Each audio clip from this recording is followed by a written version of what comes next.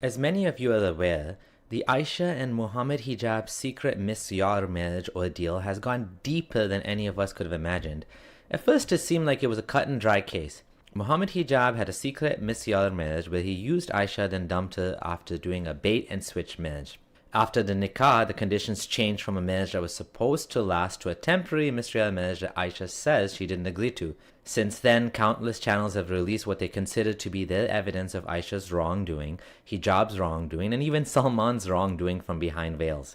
At this point, the evidence that has come out has become saturated to the point where it's difficult to determine whether one person is wrong, right, or perhaps everyone involved has some degree of fault here. Regardless, my wife and I wanted to touch upon something that we found interesting, which is my own personal involvement with Aisha that surprised both of us. Little did I know that Aisha actually had reached out to me. Why did Aisha reach out to ex-Muslim and Christian channels when her support system was supposed to be the Muslims? What would compel someone to reach out to the so-called enemies of Islam? Did this incident cause Aisha to lose her faith, or at least question it? Yes, it seems so. We're going to go through the timeline of events together. And we're going to go through the damage control train wreck that Ali Dawah tried to do and how it backfired spectacularly. Let's get into it.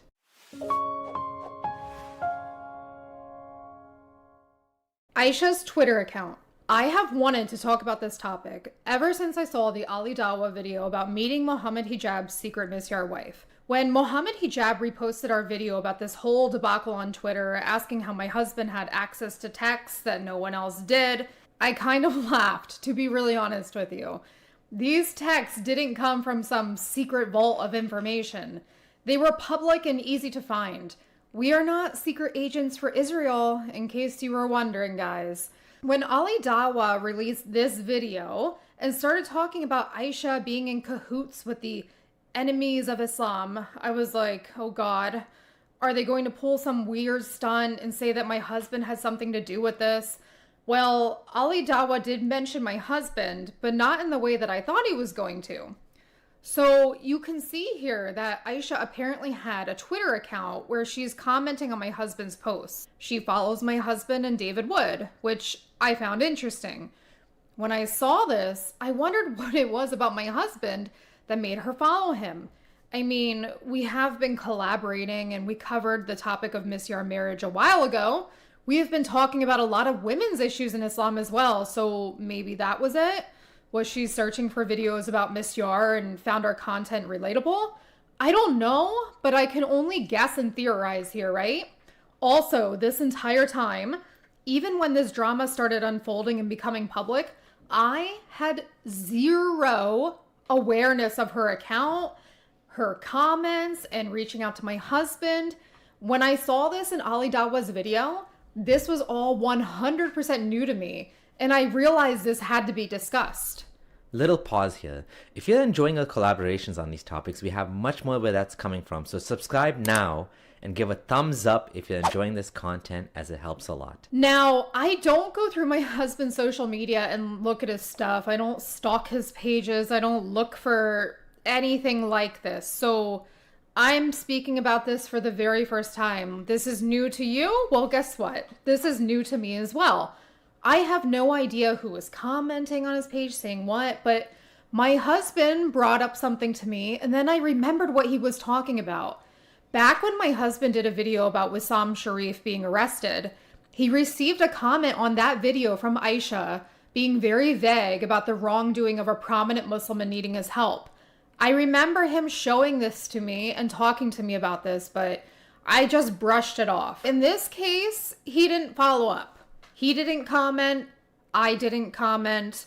We just chalked it up to another, just another random comment that people leave on these videos. People leave so many comments, and, not all of them are legit. Not all of them have validity to them. Not all of them are worth looking into. We don't look into every single comment, lead, whatever. So that's what happened to this. My husband gets all kinds of comments from people, even like weird, unhinged emails, which he's shown me, writing in all caps and saying crazy things. So something like this, you just never know. Here, Aisha is commenting on November 18th, 2024, saying, I need your help, Abdullah. It's a sexual scam from Mohammed Hijab. He destroyed my life. I have evidence. Here is another comment similar in nature. Here, Aisha is saying again, I need your help to put light on sexual offense that I have gone through, as well as other Muslim women.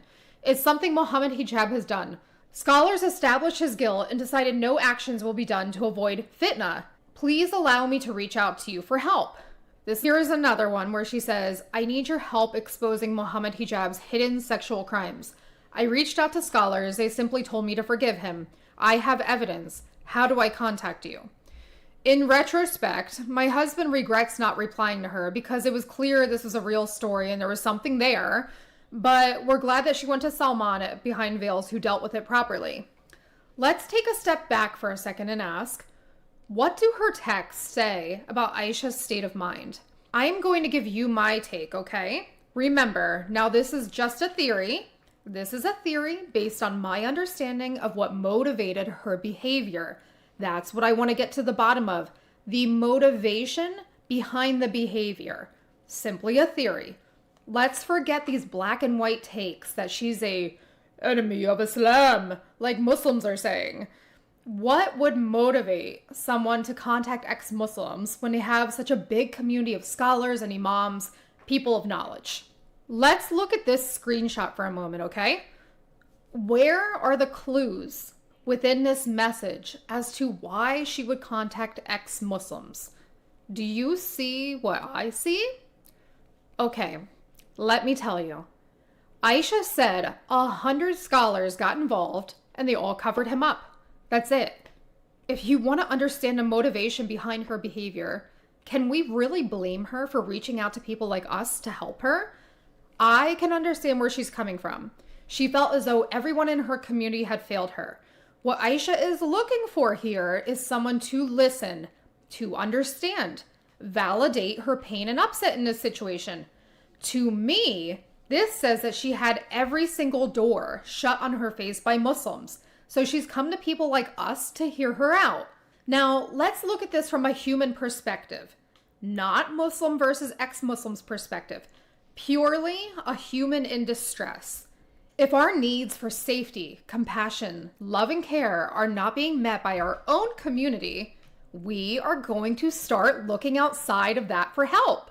Aisha herself has said in some of those tweets above, she was on the verge of apostasy from Islam. So she's seeking people like David Wood and my husband for help, someone to listen. This is actually something worth mentioning. Aisha, who was part of the Dawah community, was having major doubts about Islam during this time. She had been suffering as a single mom, unable to find a suitable partner for all this time, combined with the fact that she was now being treated like trash by one of the most famous da'is in Islam, Mohammed Hijab. Here she is calling into a Muslim show, asking questions about the preservation of the Quran. So, Sister Because Sarah, we have Sarah, could I ask you? So, in terms of the Quran and its preservation, do you have an issue with that, or are you convinced that the Quran is preserved? well, I'm trying to understand here, No, right? but I'm just asking you. I'm just asking you in terms of Yes, where. I do have an issue. Yes, I do have Okay. an issue. Like as I So, said in the beginning, all of You can see she was really struggling. This hijab incident had a huge impact on her, and now she was starting to question everything she was told. This is what happens. I know that when certain things happen in my life, it caused me to doubt Islam as well. How I was treated as a widow was one of those things. Going back to her tweets, why would someone like my husband or David Wood listen? It's because they understand the social issues that Muslim women face. We talk about them. We don't hide them. In our world, we don't cover up things that bad people do in fear of backbiting. We brought up and highlighted Imam Nick, who whistleblowed abuse in a Texas mosque and got shunned for it. We talked about Wissam Sharif. Many women have been leaving comments on our channel saying, I hate how every point you said is true and described my family in a nutshell. Or, this is exactly what I went through. Thanks for sharing this. What Aisha was told by people of knowledge happens more than you realize in this world. This is what happens in the Muslim community a lot, being redirected to focusing on forgive and forget rather than helping her. I have seen this myself. Muslims will cower in fear of backbiting and use this excuse to cover up the rotten and horrible things other Muslims do to one another. We have a video on the harms of the no backbiting rule too, which you can check out. All of the scholars, imams, everyone Aisha went to tell her story told her to just forgive Mohammed Hijab. Instead of actually making an effort to solve the problem, they told her to basically forget it and move on. You know what this type of behavior does?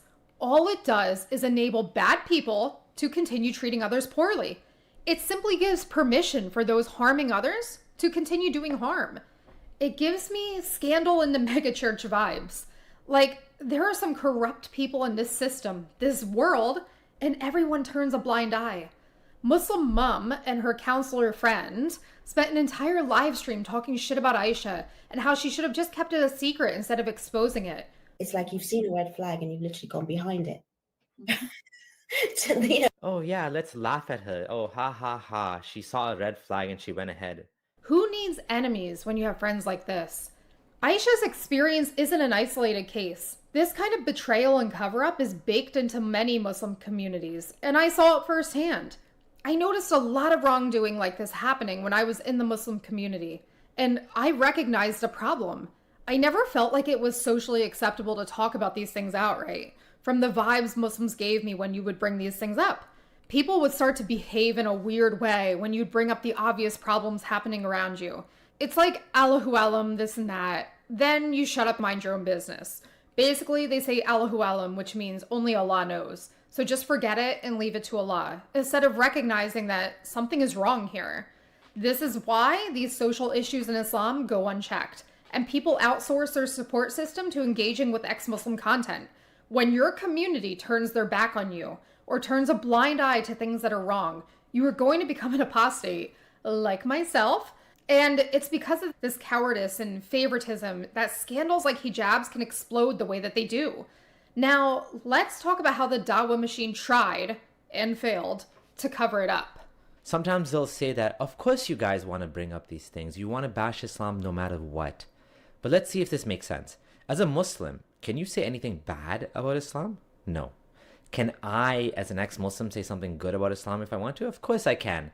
On top of it, these preachers are very publicly associated with Islam. They're too big to fail. If there's a scandal with a big Dawah name, it can shake people's faith out of Islam. So for the sake of Allah, people like Ali Dawah and others will do smear campaigns and basically say anything to undermine the credibility of Aisha and even Salman. Anyone that goes after these guys. These guys are what you call too big to fail, so they can get away with anything and everything. On the Muslim side, the damage control machine kicked into high gear after this event. Ali Dawah tried to shut down the fitna, but instead his strategy backfired spectacularly. Comment after comment accusing him of making this a drama channel and even taking Salman's side on this latest video. Some of the comments said, "This drama is so cringe and gives a lot of ammunition to the enemies of Islam. The character of a Muslim is not represented by this drama. Brothers, I am deeply disturbed and disappointed by what is going on. Please, Brother Ali, be the one who shuts down the fitna, not the one who ignites it. Let us not as Muslims share gossip and personal issues online. And advice, for the sake of Allah, my brother, delete this video and focus on what benefits you and the people. As for Brother Muhammad Hijab, he can come out and stop this chaos, either by denying the allegations or admitting it, and that's okay because he's just a human. Oh Allah, guide us all. Ali Dawah, you are sounding extremely petty in this video. The comments you keep repeating about dunya is so cringe, mean, and uncalled for. Even if you don't agree with Brother Salman, I've not seen him say anything rude like that about you. The fact is, he has presented evidence, whether you agree their evidence or true, that's a different story, but it completely invalidates this video. You have stooped way lower than I expected of you. Gossiping about a man's marriage just to get revenge on him? Pretty disgraceful.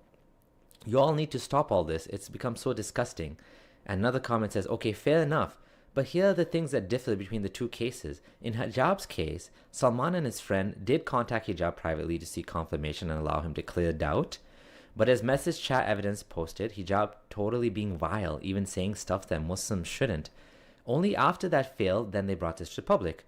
Another comment says, this has backfired on you big time. Fear Allah. Not to mention, other comments have called out how before this all happened, Ali Dawah actually had a video in support of Salman against his ex-wife, and now he's done a 180, which is a huge red flag showing that this is all lies. And then, if you look at Salman's channel, which I'm not going to show here, they're all defending him for speaking up for his sister Aisha. Ali Dawah's goal? Protect hijab at any cost. The result? Even Muslims are feeling uncomfortable with what he did and how he went after the whistleblower Salman. Not to mention that Ali misrepresented what really happened. Salman did not go public right away. He waited months and tried to deal with this behind the scenes. But of course, Ali will lie about that and make it look like Salman did this for attention of subscribers. Credit to the Muslim community here for calling out Ali Dawah and this slimy behavior. Ali Dawah's hilarious pinned reply was to make this into a conspiracy, saying that these are all Christians commenting.